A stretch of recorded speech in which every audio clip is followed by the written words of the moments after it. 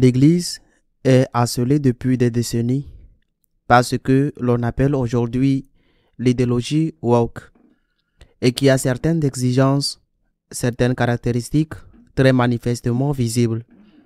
L'avortement, l'idéologie du genre.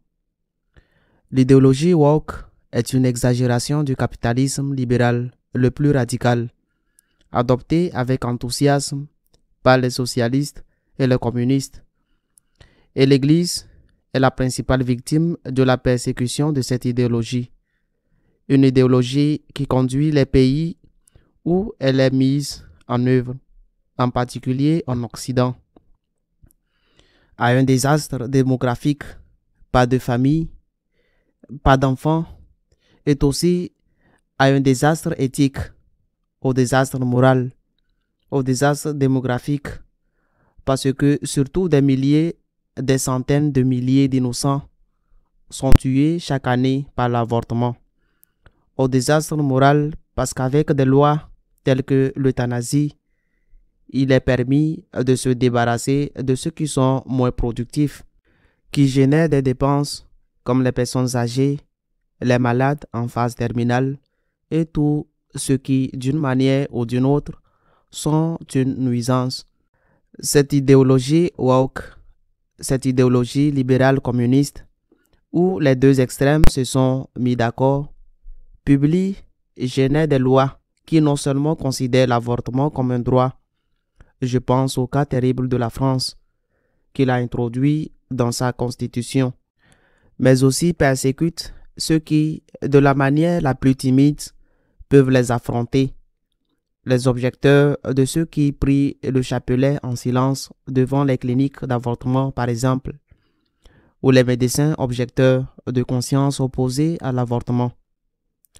L'idéologie woke a triomphé dans les grands médias qui ont soutenu les gouvernements, porté au pouvoir des gouvernements de cette ligne, des gouvernements qui, à leur tour, ont harcelé et persécuté par des lois ceux qui s'y opposaient. Il est impossible de faire partie du monde de la culture et encore moins du monde du cinéma si l'on ne professe pas ouvertement cette idéologie. Le harcèlement de l'Église par ses gouvernements est évident. Pour donner deux exemples, le gouvernement, je ne sais pas comment l'appeler, parce que c'est un gouvernement de coalition.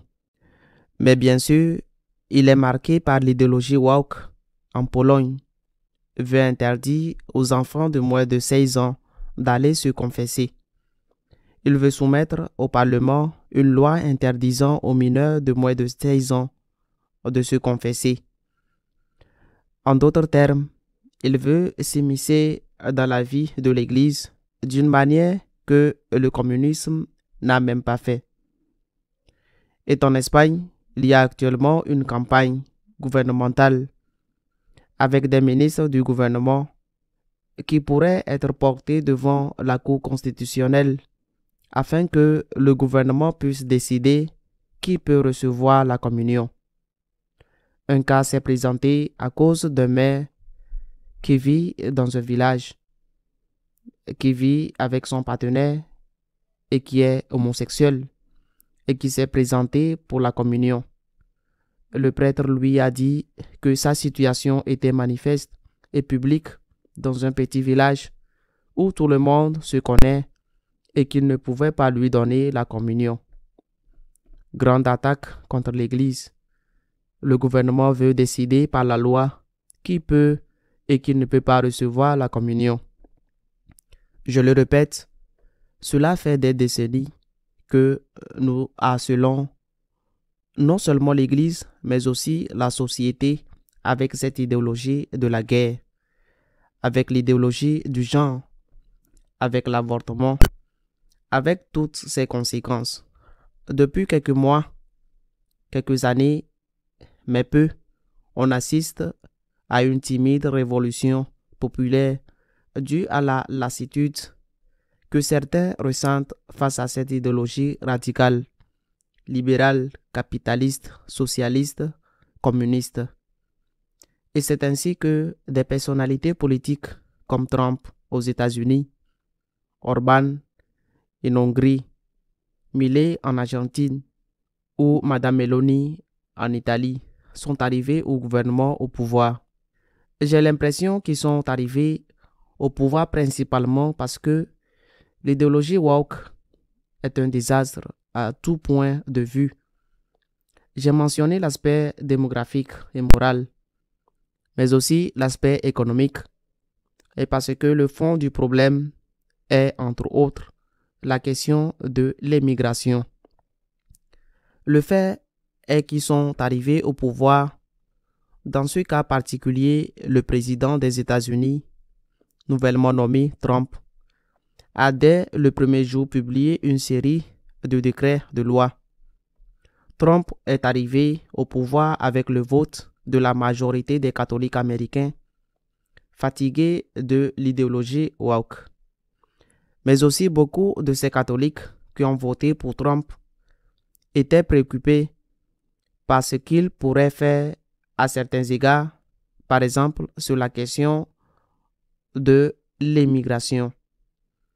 Lors de l'investiture de Trump, le premier acte, un service religieux dans l'église épiscopalienne, qui est une tradition dans l'investiture des présidents américains, un évêque, entre guillemets, parce que ce n'est pas un vrai évêque, un évêque épiscopalien a reproché à Trump qu'il n'avait encore signé aucun décret, ce qu'il avait, selon elle, l'intention de faire parce qu'elle était évidemment une partisane de l'idéologie woke.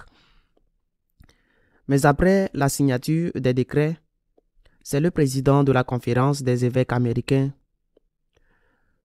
un homme élu par une lignée d'évêques conservateurs et par des évêques conservateurs, et qui s'est également beaucoup opposé aux politiques anti-vie du catholique, entre guillemets Biden, qui est devenu le porte-parole des inquiétudes de ces catholiques américains. Il a dit qu'il était profondément préoccupé par certains des décrets signés par Trump. Il ne s'est pas contenté de dire cela. Il a soutenu et applaudi le fait que d'autres décrets sont clairement en faveur, par exemple, de l'affirmation que les hommes et les femmes sont tels sur la base de leur biologie, ce qui va directement à l'encontre de l'idéologie du genre.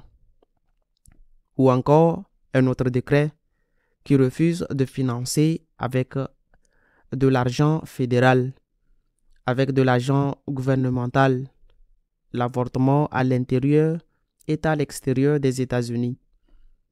En d'autres termes, Monseigneur Broglio a applaudi certains des décrets publiés par Trump qui sont conformes à ce que Trump a promis. Et c'est pourquoi de nombreux catholiques ont voté pour lui. Mais il a mis en garde contre le risque que les migrants, en particulier les plus faibles, les enfants, soient traités de manière inhumaine et causent ainsi du tort aux plus fragiles de la société. La question de l'immigration est au cœur de la politique de nombreux gouvernements aujourd'hui. En Allemagne, par exemple, les élections auront lieu très bientôt et cette question est décisive. Non seulement parce que l'Allemagne a été très généreuse dans l'accueil des immigrants, mais aussi à cause des attaques incessantes des musulmans contre tout le monde. Parce que non seulement des chrétiens ont été tués, mais aussi des musulmans dans les terribles attaques dont la plus récente a eu lieu cette semaine. La question de l'immigration est une question décisive et il me semble que personne ne peut nier que tous les gouvernements ont le droit et le devoir de contrôler l'immigration. Tous les gouvernements ont des lois qui contrôlent l'immigration.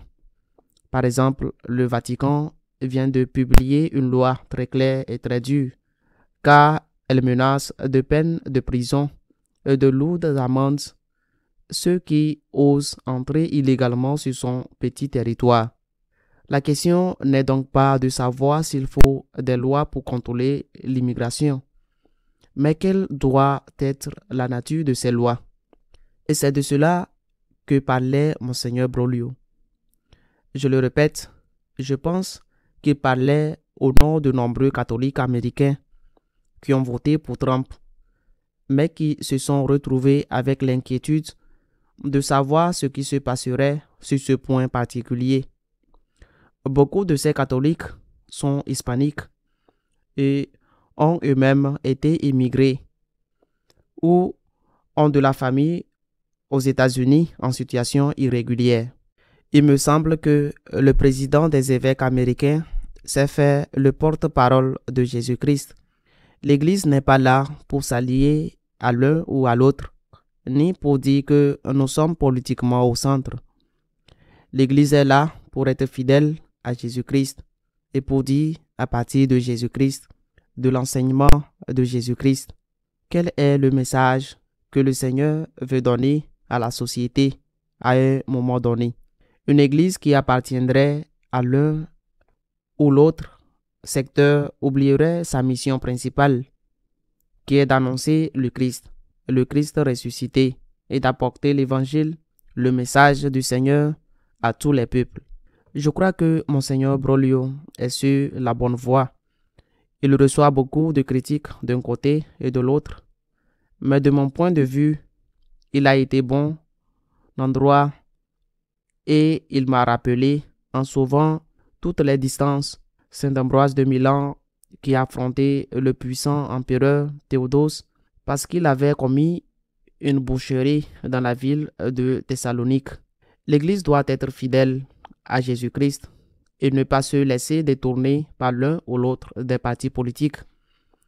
Cela ne veut pas dire qu'il n'y a plus de bien dans l'un que dans l'autre. Cela ne veut pas dire qu'à un moment donné, elle ne devrait pas voter pour un moindre mal qui est en fait très grand.